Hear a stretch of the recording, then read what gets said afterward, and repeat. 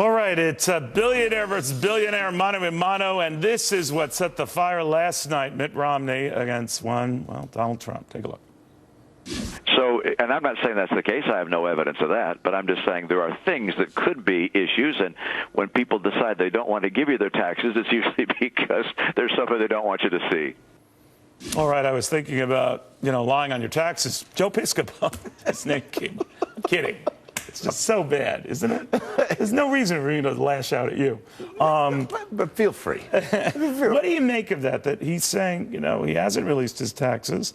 Charlie Gasparino was saying he has released federal forms that are just like him. But where are you on this whole mess? Well, you made all the news. You were the news yesterday. That interview, everybody was talking about Neil Cavuto, Mitt Romney. But do you think that Romney has a point? It doesn't matter. If really? Donald Trump, if they look at the taxes and they think he works for an organized crime family in New York, he's still going to win.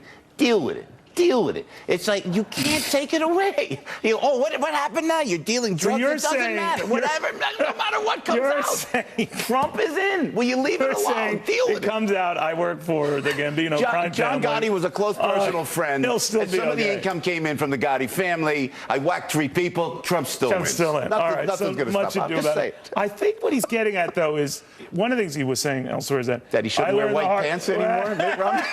White pants. No, I learned the hard way that you release this stuff too late. They're all over you. I discovered in his case when he was trying to be transparent, released him. The media was all over him for his low tax rate, and that was a rate perfectly legal on capital gains and what have you. But that would never ended. It never ended.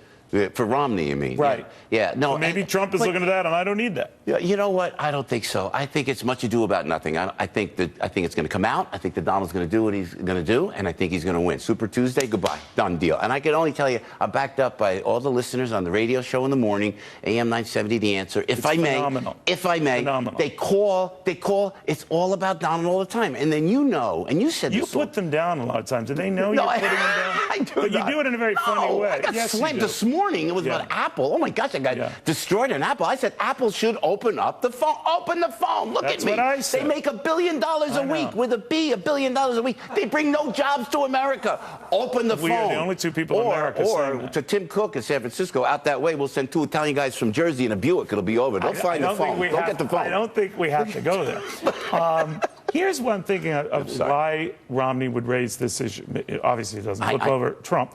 The other thing he might be looking at Rubio or someone else as a mainstream alternative. That's right. Or that he thinks that could implode Trump and genuinely be an issue.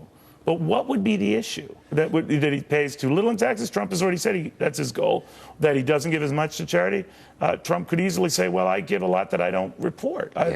I don't know what could be so explosive. I think that Mitt Romney was just trying to throw the Donald under the bus. The GOP status quo is so scared, and I love it. We love it on the radio. We love it in real life. The citizens of the United States love it because you need a reset, Neil. You need a reset in Washington, D.C. The lawyers and lobbyists. We work for lawyers and lobbyists. It's an industry. Politics is an industry. So you think he's well on his way to the nomination and the White House? And the status quo got scared, and Romney was the hitman. A hitman in white pants. How sad is that? I mean, just, it's the wasp is going after Donald. Leave him alone. Let Donald run his course. He doesn't always wear white pants.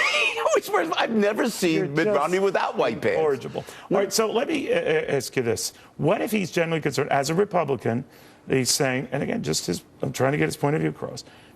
We nominate Donald Trump, and you and I have covered him and known him for years.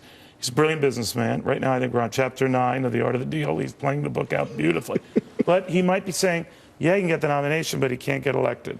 I certainly think he could get elected, but what do you make of that is a fear? The party says, John McCain had said, we elect this guy, we nominate this guy, we're going to lose the Senate as well.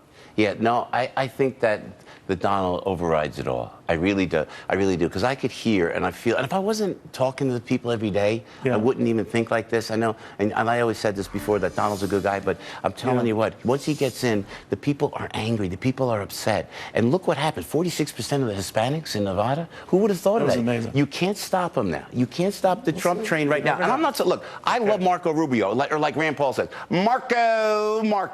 I love Rand Paul. Rand Paul should use that. All right. I mean, you got to go out there. So but I love, and Ted Cruz is a nice guy. Look at but you can't stop Trump. You can't stop Trump. I'm telling you, 2 Italian guys, Jersey, coming right after, right now.